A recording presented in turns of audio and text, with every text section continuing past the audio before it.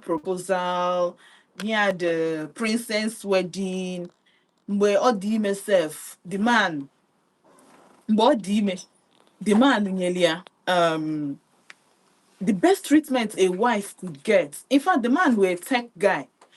The man is so obsessed with the health of his baby and the wife, where they create area her own pregnancy app. Open not cheering me. Open no prescription doctor nyere. At what time he got phone ya na beep. Phone ya na beep. Open can no 5 go for saying one. That app got remind earlier. Afiabo. Open afiabo. Jessica. I said, Jessica, it's time to take your drugs. Ima go not the AI say hununa. Go.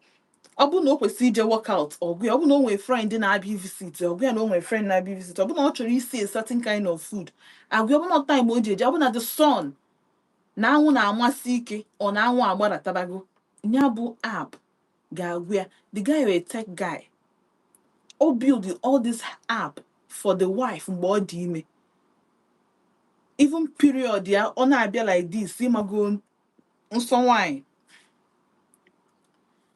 Then mgbe ọ mụkwara nwa otu aka this man wee na-enodo this girl anya near push ya na-akpịa push gifts. A sị gị na ndị Jidesie nwere nke ha nwere nke anyị egbu this period. Nwa ndị ibe anyị na-eje amụ anyị mụcha abịa na hospital etepe ọdụ onye ọbụla na-adị happy erie rice kịta a na-enyezi push gift moto. Ụfọdụ kịta na-ejezi as far as inye nwaanyị fanị. So when this girl push gift, but guess what? Mgbe ọ nụchara ya 2023, ha na-abụ mee papers move to UK. Amara m ka esi wee mewezie kupu amara m ka the things wee mewezie nke nwoke nụzia na mgbe ọ nọ Nigeria amam na ọ nọtara ịmụ nwa ka ọ gịnị amara m ka the things wee mee but anụbazie na nke nwaanyị bịazi gbaba n'ilo. Ịmago nke ụmụ nwoke si eme na anụkwa na ana di nwunye fa gbaa n'ilo marriage is over nke na ọ bụ a public civil servant nke a public servant toilet ịmago ka esi ewe nwaanyị na-agba n'ilo ghọta society adịghị emelụ fa ebere. Then I bịazi nwee ihe a na-akpọ social media in-laws.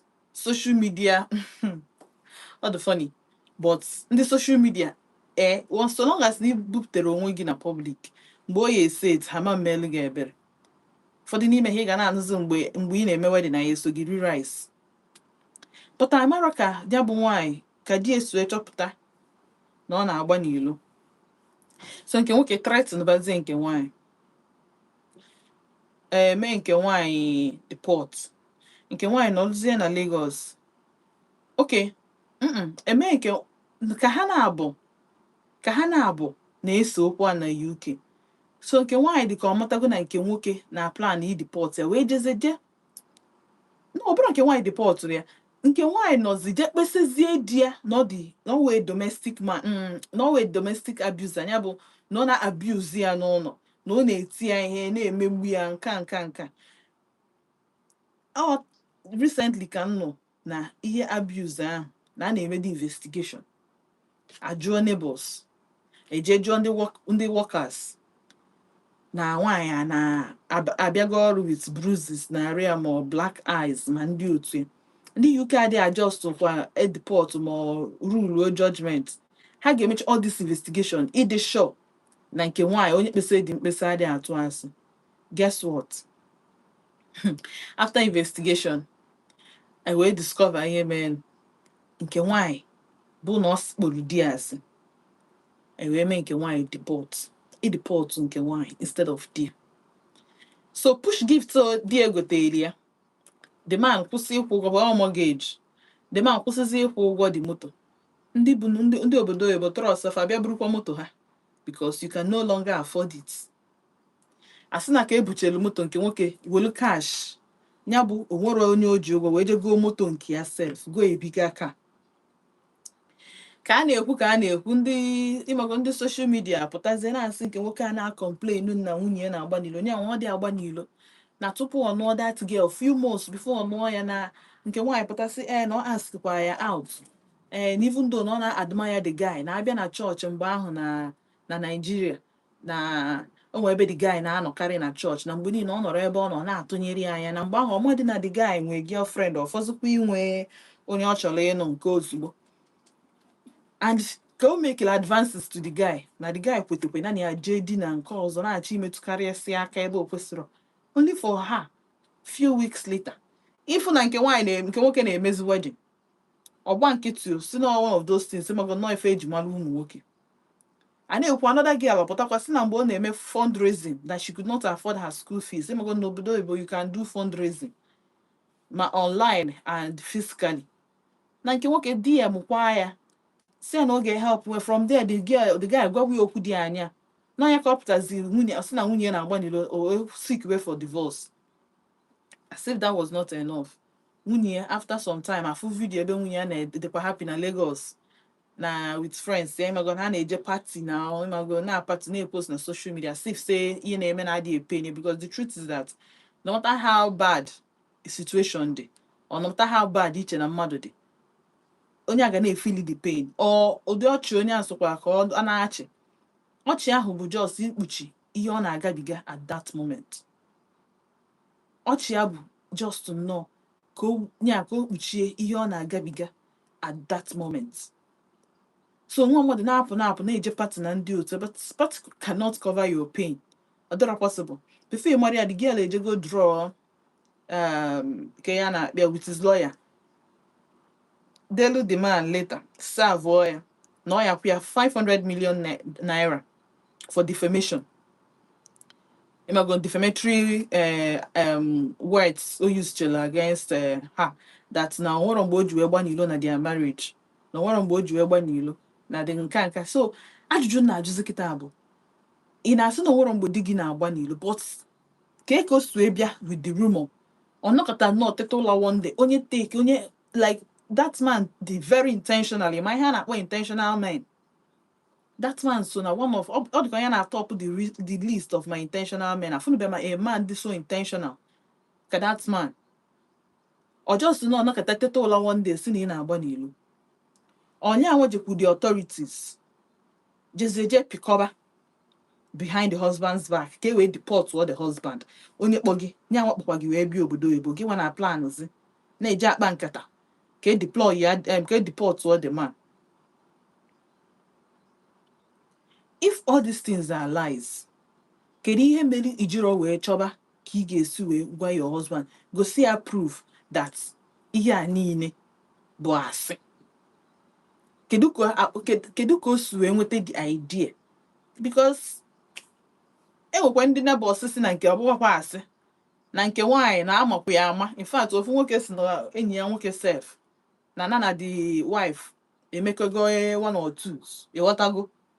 So ọ bụ na asị bụ ihe ndị a niile, kedu mana igwe m niile n'ihe a niile bụ na ijezi n'azụ nke nwoke wee jezie ije report ya to authorities, ka deport ya to what end? Kedu ụdị share wickedness bụ ya? Onye ka o ji adị very important, ịchọ choose partner, ịchọ ịnụ di, ị ga-adị very careful. Kịta anụ a ụmụ nwaanyị apụtagosi na nke nwoke na-agbakwu n'ilu, ụmụ nwoke ma nke nwaanyị apụtagokwu si na nke nwoke na-agba n'ilu. Ndị nọ n'etiti na-asị nke nwoke nwaanyị oyi eji wee jee UK hafụ nwunye na Nigeria. Onye ka o cheka na ya nọ na Nigeria? Because at some point the girl bịa biri na Nigeria. O nwere ike ọ bụrụ mgbe ọ nọchara ya, a na-achọzi ka ịmago nke eme papers na ndị otu ya. Onye na-asị onye ka ọ hapụrụ nwunye ya na Nigeria, ka ihe ọ na-eme expect? Aghọtara m ajụjụ ahụ, but iwe m na-ewegodo m n'ihe a niile bụ gịnị? Kedu ihe mere nwaanyị ga-eji wee jem omume to somebody feeling the worthy to be the wife? Expenses niile, stress niile, because nke nwaanyị, of course, nke nwoke spend the ego na the wedding. If wedding, if na amarokwa m, ịma na ndị mmadụ they can fake smile, but then anyway, If wedding, man a wedding, abro wedding, obere wedding. Nke nwoke mere ya Cinderella proposal, princess wedding. So mụrụ m ife ilu tata anụ ajụ sị kedu ife a ga-emelu na ụmụ nwanyị UK, Nigerian UK wives kafa na-anụ na di. Ka ihe a ga-eme kafa na-anụ na di. Ihe na-ewe m iwe ọ dị ka nke nwaanyị arụtaba ọrụ normally ekwesịghị ishare property into two. Nye the man. Yes, ekwesịghị share property into two. Nye the man. Because onye anwa chọrọ okwu. Gị wa n'ilo gị ka ejide. Gị na-eje report. Gị nwa kana chetela azụ na-asị na na-defame your name, no 500 million naira. But anyway, ma hapụ the suggestion to you ka ịma na ịmago ka itinye ọnụ n'okwu a ka anyị malụ ka anyị ga-esi wee nyelu ndị a aka. Ụmụ nwoke ya na-afụtile echi ha ka ya na-anụ nwaanyị na-akpọga ha. Enwekwa m friend sị m iya na ọ ya kwa anụ nwaanyị from Nigeria akpọgote ya UK o. Ọ bụ na ị nọrọ UK already na nke ahụ gbasatara gị. In fact, na nyawa ma njedi ije na-emix feelings with onye nọ Nigeria emechazi at the end of the day asịwazi okwu eziokwu ọnụ nyawa kpọgote ihe akpọgote onwe gị UK because these men have get a lot na-emefa na that UK ha nọ ya then ịbịakwa ị na-afụsị your friends nụgoru nwaanyị ka ha na-complain kwa. It's not encouraging. Like anyị nwa kịta anụ adị single nọ na Nigeria pụtara na-asị na Nigerian men this that ụmụ ụfọdụ n'ime anyị ọ na-discourage. Because the truth is that at some point, mgbe ndị a na-eme, I love you, anya gị na-eme m afọ nge n'anya nke nta n'imo, I cannot do without you, what change, ka eko si eme. Kedu ife meenụ? Kedu nke men to the point that ama reach a reconciliation or even to forgive.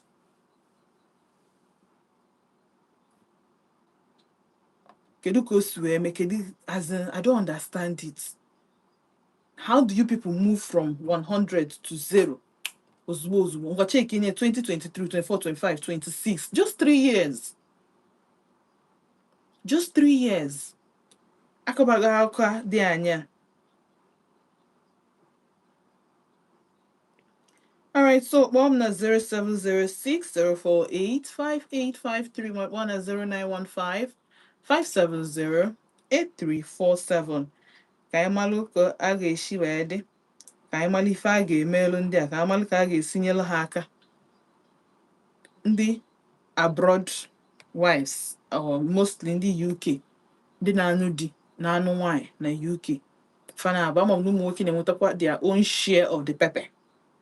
Yatago the pepper na-agazu onye ọbụla arụ, but we cannot deny the fact that no ụmụ nwaanyị na-eji maka na fa dị very feminine and na ha nwere more power. O nwere power Chukwu nyere ụmụ nwaanyị. O nwere ike Chukwu nyere ụmụ nwaanyị. And ike ahụ bụ na enwere ikpe a na-ekpe n'ụwa kịta nwaanyị adịghị emere, even if not nke nwaanyị no at fault. Ọ na-take the grace of God if nwaanyị ga-admit not the wrong. Ọ na-take the grace of God if nwaanyị na-admit not the wrong. Yes, enwekwa ụmụ nwoke bụ na iberibe dị ha n'isi o. Ịghọtago enwe ụmụ nwoke bụ na sense adịrọ. You know they be say you know they. But then kedu ka nwaanyị ga-esi wee jee akpọga gị obodo oyibo gị nwa bụ ihe dị afọt gị nwa ka a na-escrutinize then ije n'azụ jezie na-achị arrest the man ka na akpa nkata ha find the man guilty ka enwe ike deport ya back to Nigeria. Meanwhile, everything you are living in or living off na that obodo or nke nwoke, everything you are living off n'obodo ahụ or nke nwoke. Bomb na 0706 048 5853 ma ọ na 0915 570 8347. Meanwhile, anọkwa m na Facebook, nọrọkwa na YouTube.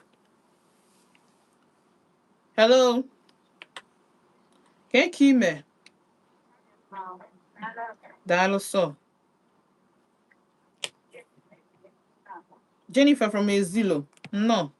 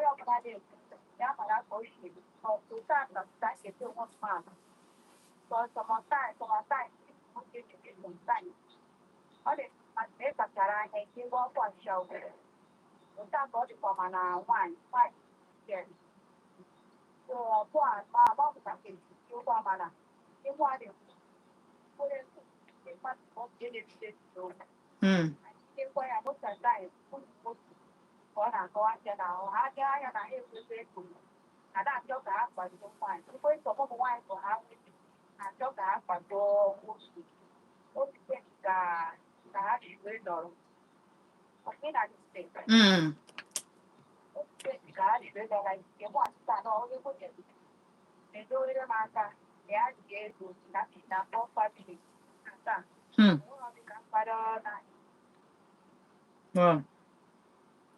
How many years? How many years Kagina? How many years Kagina digi no go? It's not digging a meggy, ne dobe garo na only to taking is from a poor hole. No one in it.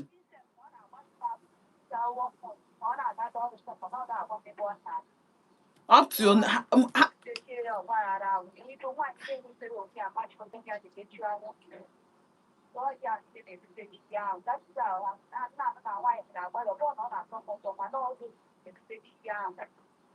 how many years Kagini anugo? Hey, we can even about metal now. Because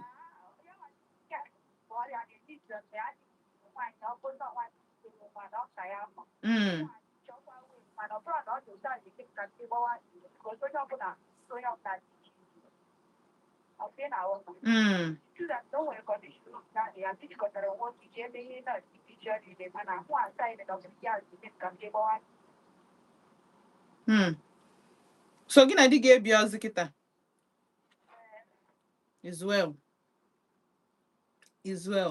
Dalo so. Oh na funny an. O kara ọrịa mma na ọ nọọlụ so ọ nọọlụ onwe ya. Ọ kara ọrụ mma na ọ nọọlụ onwe ya karịa na ọ ga-enwe di na-egbu ya egbu. Because the truth bụkwa na people change o. Ọ bụkwa asị. Ndị mmadụ na-echange kwa ndị mmadụ na-agbanwekwa ahụ. Onye a gịnị a na-eme lovi. Gịnị a na ihe nwekwa ike ichange. Ọnọdụ achịgharịa. Oh, it takes the strong people to maintain that relationship, that communication. Because Amoronka has to ebido. But the point is that he decide whether or not the poor or not, he decide go only a part of you. So you might hear be mmadụ ga-eme gị or ihe ọ ga-eme gị man like anya. And all men like this na-eme ụmụ nwaanyị fachi ime ụmụ nwoke ihe like this. Ha na-echezọ their home training. Ha chi ime ihe like this. Ha na-echezọ their home training. Hello?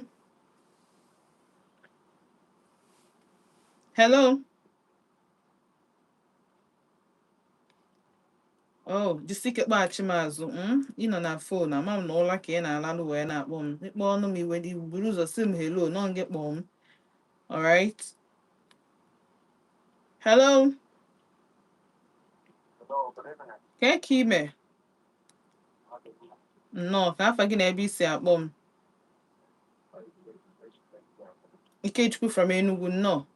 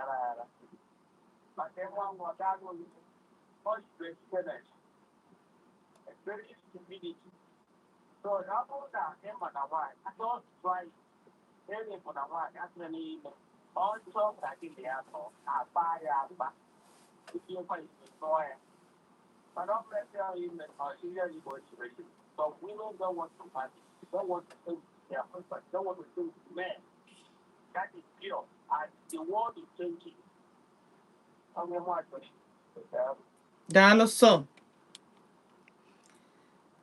and in the course of the world changing, why they change most of them or some of them negatively. Ha chọghọzi ka mmadụ na-asịfa huru ha dị achọzi ịnọ na anụwa di na nwunye obere mkpaka ahụ like this ha chọba be nna fafa ga-ana ohe chetala gị that na ha dị independent. I totally agree. But onye ka o ji apụtakwa at the end of the day nsi unu kpaa na ya akpa mala onye gị na ya na-eje ije di na nwunye. Hello, ke ka ime? I wish you the same. I wish you the same. Anụrụ ọnụ gị yesterday ọkwa udo dị.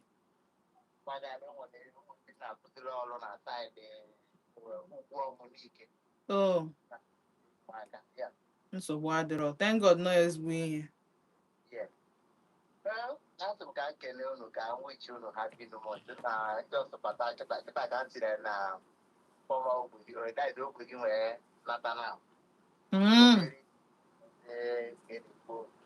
Okay.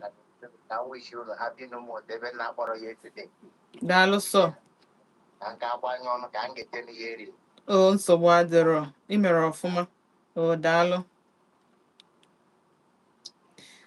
All right, so a lot of men na-abụkwanụ ịmago ha tinye isi na alụmdi na nwunye ha emebe ka o si wee sọ ha, mana ịmago na ihe dị na ihe a bụ gịnị? Onye ka ọ bụrụ gịnị ya? Onye ka ọ bụrụ gịnị ya? Maka na nke bụ eziokwu bụ na ọ bụrụ onye ọ bụ gịnị ya, ịma nghọta that man. So ịbanyezi oge na-eme gị pụọ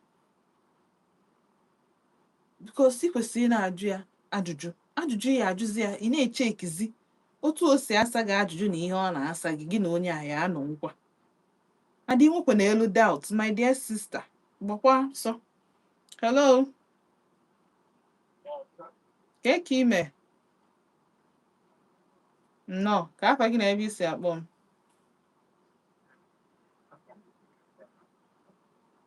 Abraham from MNN. No, gaa n'iru.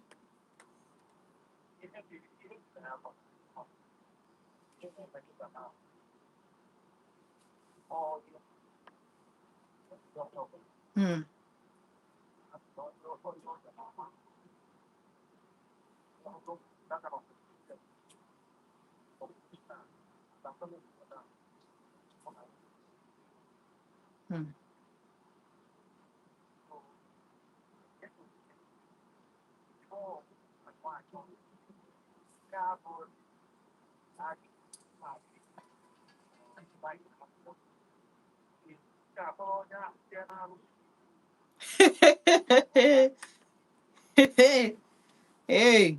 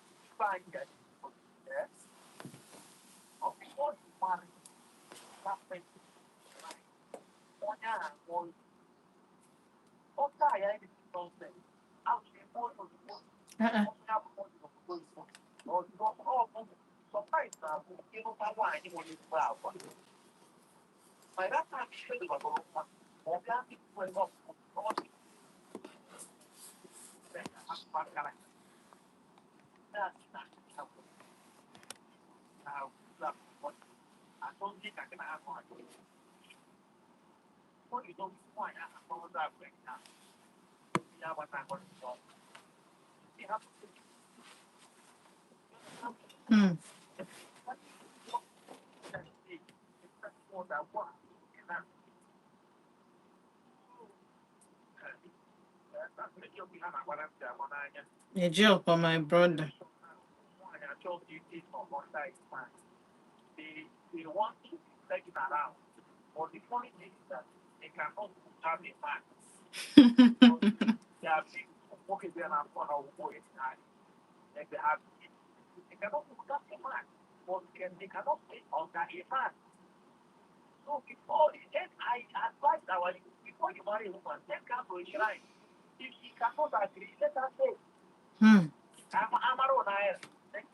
Daalụ. Agbara mmadụ onye chọrọ ịnụ ihe nwaanyị a mee to our brother. But I'm very, very sure that onye a chọrọ ka bite ya twice. Adọrọ m sure na ọ chọrọ ka bite. Ọ bụ na ọ chọrọ ka bite, ọ ka isi na-emebigo film na ọ chọrọ try mana before ọ try ya. Na ya etukwu a na-akpa nkata nke a bụ na ọ chọrọ ịdị eje arụsị. Ụmụ nwaanyị na-ekwu unu. Hello. Ekesi nke ka ime.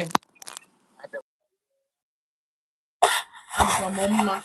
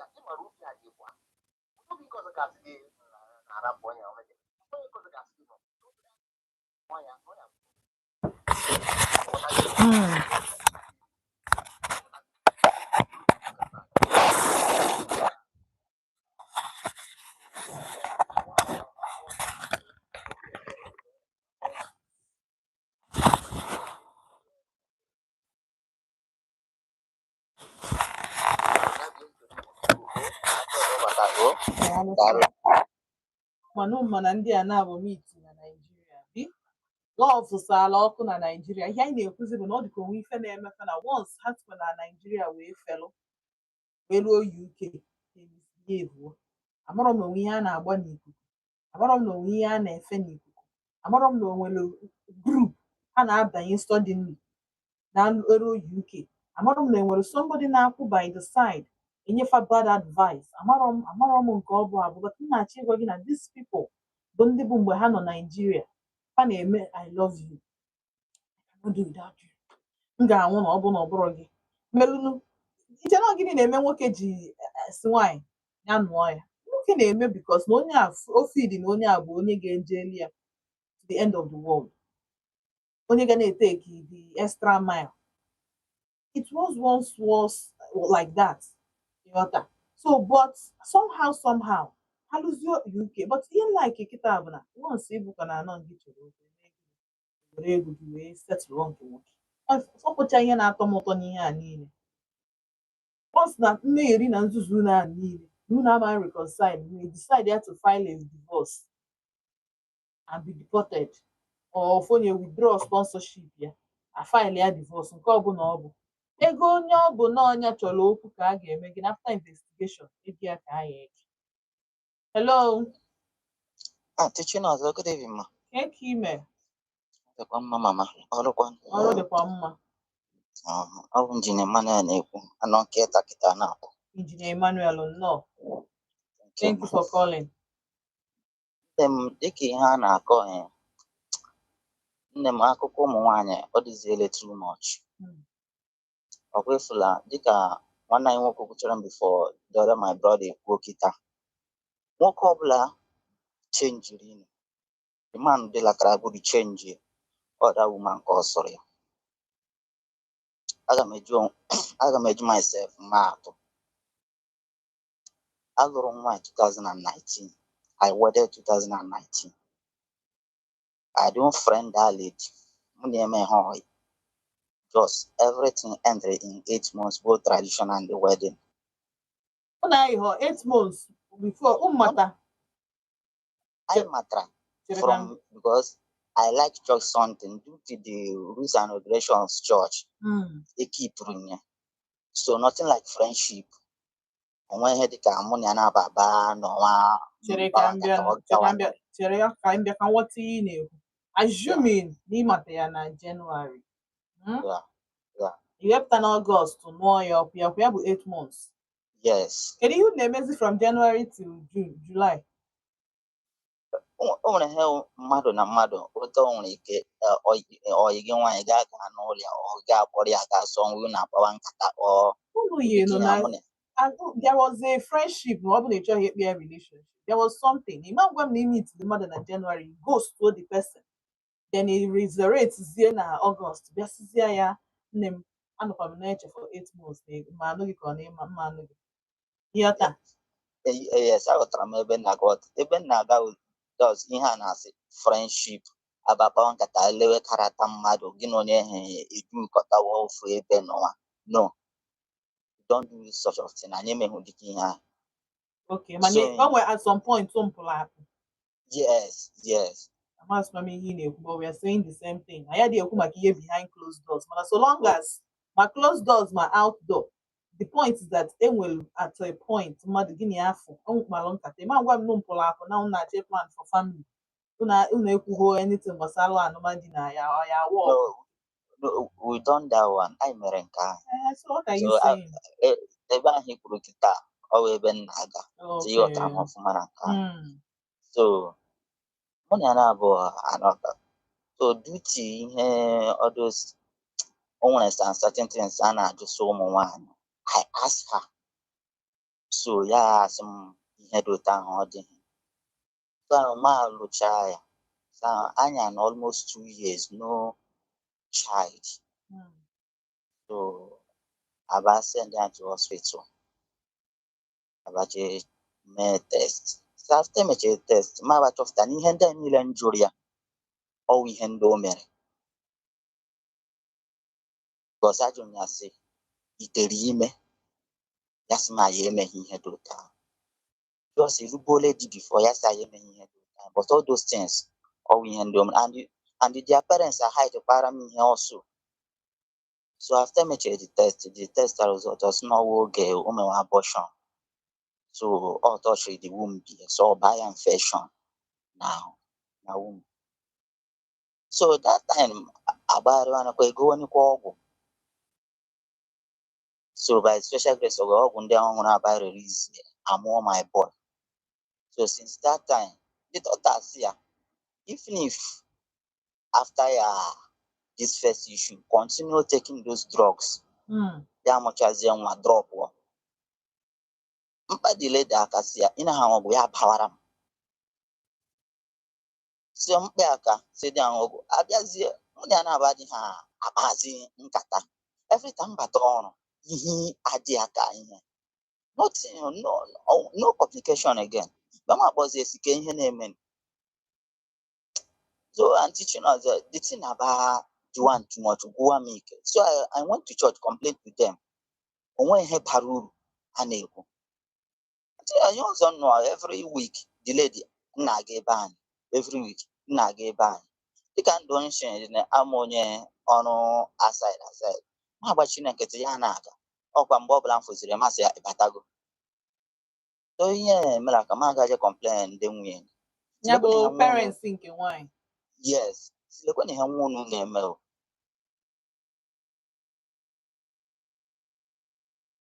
Hello?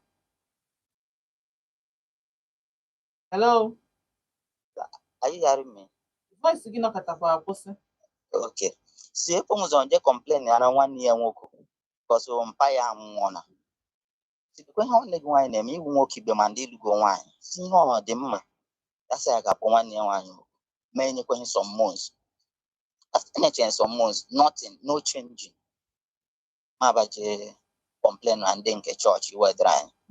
Silekwa na ihe dọta unu wedara ị na-ati. And before that time, wedding ring wedding ring efuo. Majuasi, kebe wedding ring gino. Kebido pawaram. Every question jury always in back. Every question jury always in back. Majuasi kenye nemen. Maba monitor this lady. Yauna. Omi ngwale with some ladies. Nona. Ndehi na di na adhi in order. Despite one lady na ya dan deal police. Every time the man of bata, oh ya bata hana pim. The man of ya uzonye ina da my wife. Na ye. Mbunke woke konke wine, konwunye. Ina my wife na nwunye nke onye ahụ ina die na adịghị na mma. Na ye. Ma bịa sị nne, you're putting yourself into fire. See, this is not a life. Agwara is not here from my friend. Friend mụ na gị na-abụ good morning. If I have help, I will give to you. If you have help, give to me. But before I'm not gonna receive it, I'm power katagama on a fiama. So delay the man one kind, ma be a sinner. I buy a power, okay, the bag in my house. Ngalu one also. Ngalu one also now. I be a sick issue of one also batra. A man number had discouraged Waziri. But how about you put down a put on wine a GMA? Okay, yes, but yeah, but no, which is the which says over 5 good months. See how I says yeah. I had to use that word. Okay, sorry, man. In my man, I get I'm gonna give you later. I need the chore here because this situation. Upon any work, Anọ m Enugu for now. And Enugu ka ihe a nọ wee mee. Ọ na Enugu. Daalụ sọ. Anyị ga-ekwulita. And of course, otu a ka ụmụ nwaanyị dị otu a ga-esi na-aga na-afọm groups. Na-epolutu ụmụaka dị innocent karụ nnụrụ dị ọfụ. Otu a ka ha ga-esi na-epolutu ụmụaka nụrụ dị ọfụ na-eme ka sif. And ọ na-emekarị ụmụ nwoke bụ ezigbo mmadụ. Ifuru ụmụ nwoke bụ na ha dị quiet. Everything they go by the book. Ọ dị ọ na-emekarị. Yes. Of if all those good men, all ha nwa na-anụkọta na-anụ. Sorry, but bad wives. Because gwa m ihe mere di gị ga-eji wee gwa gị okwu ịma gị ya ntị. From where to where? How? Dimkpa pụtalụ nnọọ gwa gị okwu. Ya bụ na ị na-enezi nwoke anya n'isi na agwa gị na ị ga-eji nwa agba kee ya ọkpọ n'isi. Ọ ya ọ pụta. Hello. Hello. Auntie Tinazo. Mgbede ọma ka eke ime. Mgbede ọma ọ dị mma. Nnọọ. Aba m bara ide na-ekwebi n'ahụ. Nnọọ Arinze. Alaghị m program anyị dị na. Daalụ. Nwoke a ga-agụtere okwu na. Nwoke a ga-agụtere okwu igbo ụmụ na. Ihe ọ na-akọ na-ewutekwa m maka ezatiri ọ na-akụ ya ọdị m ka ezatiri ihe a mere na ya adị anyị. Otu otu wee na-akọ ya o mere na ya adị anyị. Mana ọ bụrụ gị nwa na ya adịghị mana ọ bụrụ nwunye ya adị nwoke mụ na ya dị ebe m mere ya onye nke ahụ difensi dịrị onye nke a na 2019 onye nke ahụ mepere wedi onye zatiri na ọ difensi dị ya na onye nke a mụrụ ụmụ ịtọ wee tiri ụmụ ịtọ ahụ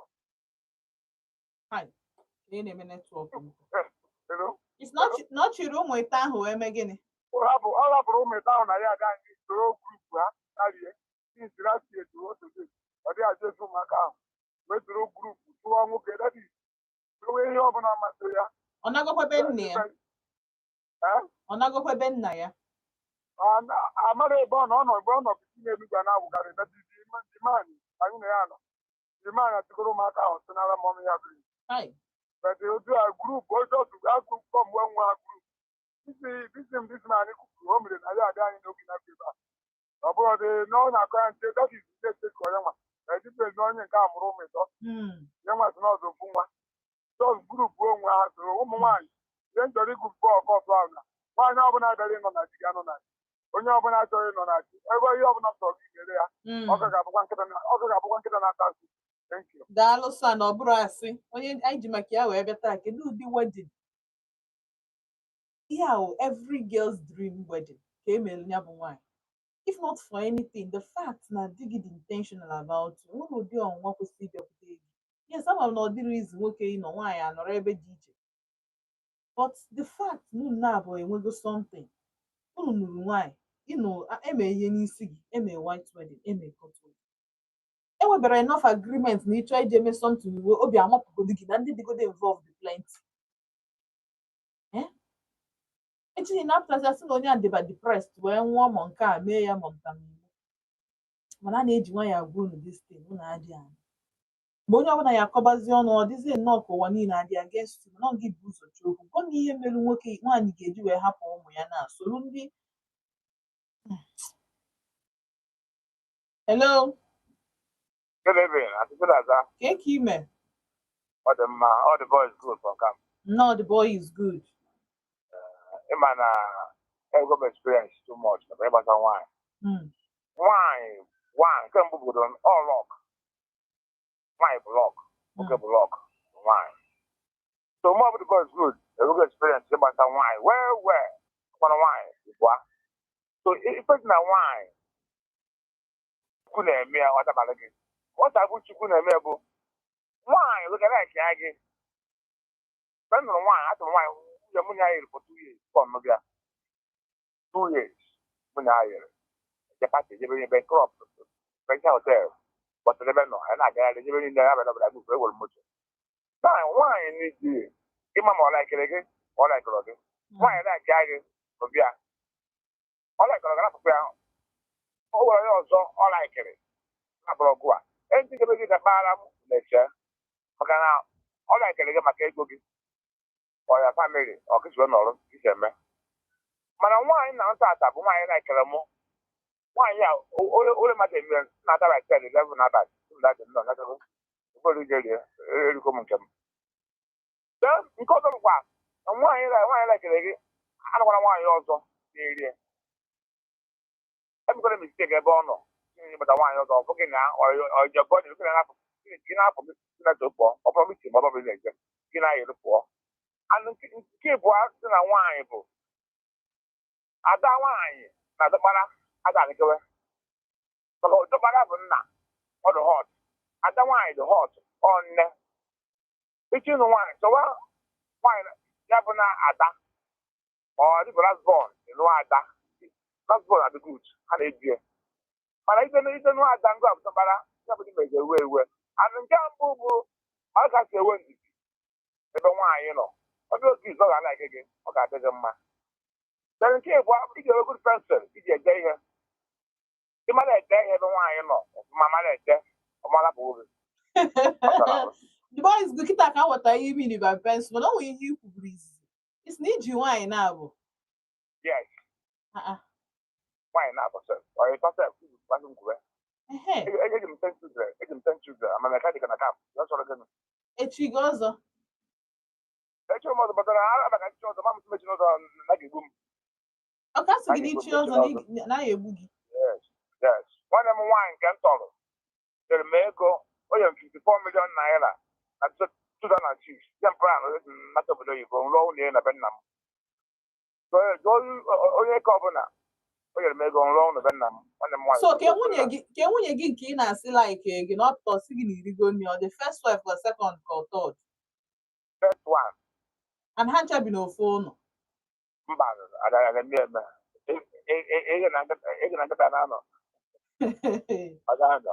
So why is that for all of dying? And not what makes you know why. So what you do to go in why down over. But you were good pencil. If you want to look at our mistakes, one hour Guinea or good pencil, all my day. Oh, you are to the kid and make it as a try, yeah. Over why pot, but up a lot. Oh, the mama galop, wonderful doses. I'm not going to become drinker. Mana, the boy is good. Isi kita that na ọ bụ na ịnụta nwaanyị like ya emekwana ihe with nwaanyị ọzọ ekwene ka ọ fụ gị with nwaanyị ọzọ so mana iji two ọ na ịnụtara nwaanyị like gị antara m ya o nwere ihe mere mgbe ahụ anụ ọzọ m ya o nwere aka aka izere so bata ofu mba ya ọba ya so later on the concept even o jere mbaka ụka ọ bụ na ọrụ administration only jiri m lọv m na-ebido isi nwanne baza ya wara ka abụ so nwaanyị bụ ọlọk otu nwaanyị laikere gị ị ga-anụ ndị nwaanyị laikere gị maka chukwu aga ga-atụ na ọgwụ ihe obodo meji ya mma ọma nnawu maka ike ọnụ ọma nnawu ma ndị na-anabụrụ obodo gị mara ma ọ na ọgọdọ nwaanyị na-laikere gị ọ na nwere ọzọ laikere ozugbo ya ahụ anyị na nwaanyị na-ebeji ọdọkwu izu not one more thinking almost 1 year oge titi fast ma mbizi ụtọ onye a so nwaanyị na-ejere gị na ị nọgọdụ ọfụma gị na-eche mmadụ ọzara ake gị na-emebe nwaanyị best dị n'ụwa after ego ọ nwaanyị daalụ sọ and of course prọfesọ onye egwu kwuru ya si gịnị na ọ dị ife na-abụ na kọntrolu ụwa na nke izizi bụ ego kpam nke ịbụọ bụ nwaanyị I don't know, but program that even though I was sad news. The boy is good. He went on did. Patience is a virtue. People open did. I don't know, but it's working for you anyway. Anyway, a lot of people man work. Because normally open wine are very comfortable. Define when wine cable. Adị m sure na nwunye gị adịrọ comfortable mana because na onye ọzọ abatago buru ụzọ mee ihe onwe nweghịzi ọnụ ikwu o nwere some certain things anyị dị abụ anyị bụ ụmụ nwaanyị isi na-enwegodo anyị ọkụ I calm more down why because okwu a kịta mmadụ emeri na anya bụ ọ bụrụ ya bụ na ndị happy with it but how do you forge ahead you have to pretend you okay with it. By the time he marry 1 month, 2 months, 3 months, 4 months, 5 months, my dear brother, and you're blind to go. I am metamorphosed to go into the situation it creates around us. Once ọ ga-agbatakwa anyị n'uche iwe ewe anyị mana the fact na onye ọzọ na-eshare pencil my husband, I am sorry. I am sorry o. Ọ bụ na ọka isi okwu si na onye mara ede ị na-ede n'akwụkwọ m na-ede n'akwụkwọ onye ọzọ.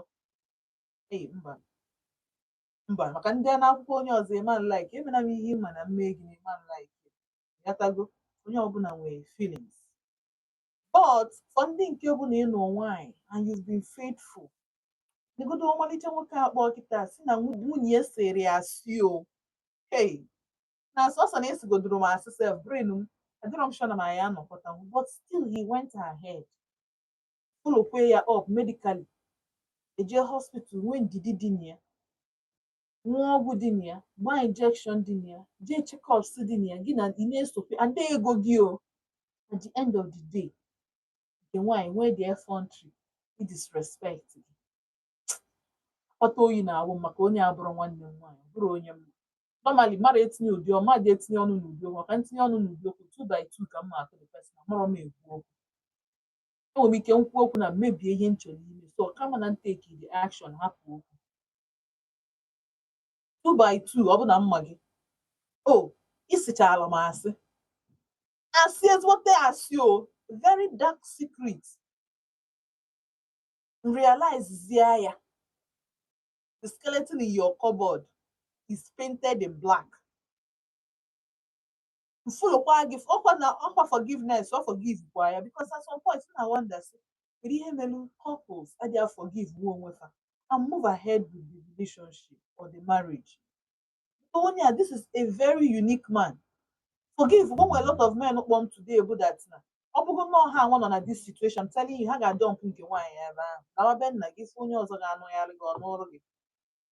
But follow up the woman medically so ya na-echeta ka ọ mụchakwara nwa nke izizi o. Adị m sure na ndị otu ya na-asị ya nkwa na nwa ọzọ.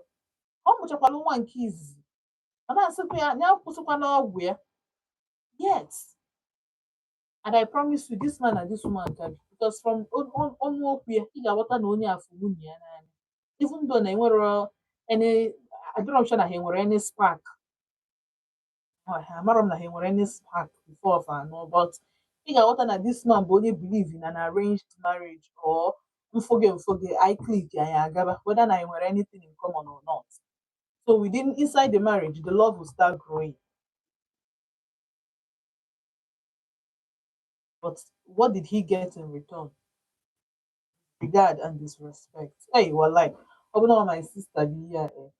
I get me go to their family meeting 2 by 2 by the side. Don't we can get where is it an uncle Gianazo? You didn't land. How many of those your friends get in a hospital visit? And for how long they are willing to come and show up as your friend? Uncle Gianisika brain get reset here. Okay, you want amnesia because like this now, brain got back on. When him in name, what did he mean name at all? Ọ dịkwa mwute o eziokwu ọ dị eji m one thing wee bịa wedozi ihe ọzọ na ọ dịkwa mwute and it's very bad that ụmụ nwaanyị dị otu a nọ n'Enugu because nke bụ eziokwu bụ na ewere otu ụmụ nwaanyị si eme n'Enugu a lot of marriages ama nnọzi mana my brother and my sister ọ kakwala gị mma na ị nọrọ onwe gị karịa na mmadụ na-enye gị mental disorder. Ọ dị na-echi ka ọ bụrụ ụbọchị ọzọ mụ na gị ga-anọ na 4.3 FM. Ewo.